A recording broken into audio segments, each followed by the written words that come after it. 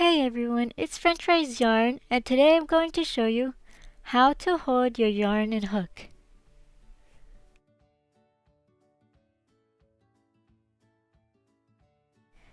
There are two different ways I will show you. First, we will create a slip knot.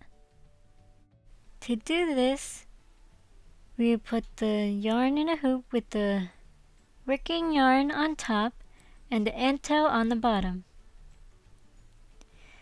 Enter your crochet hook to the top of the loop and pull the working yarn up and pull tightly.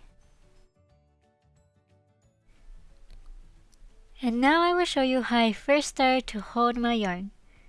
We lay the yarn on top of all of these 4 fingers.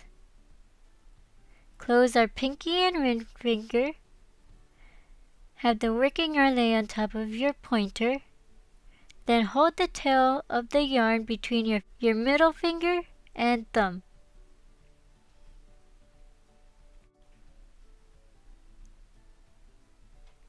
Another way to hold your yarn is to lay the working yarn on top the pinky finger. Weave it under the ring finger and atop the middle and pointer finger. Then hold the tail end between your middle finger and thumb.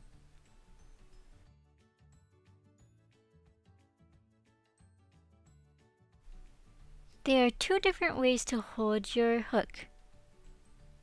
I hold my hook in the knife method, which you see right here, with my whole hand laying on top of the hook.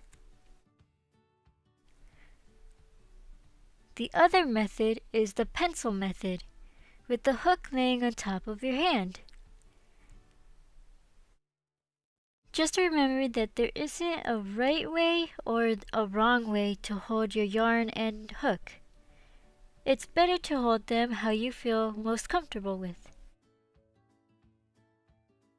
If you have any questions or suggestions for my YouTube channel, comment down below and don't forget to like and subscribe to my channel as well. I hope you learned something new from me. Thank you for watching and have a nice day.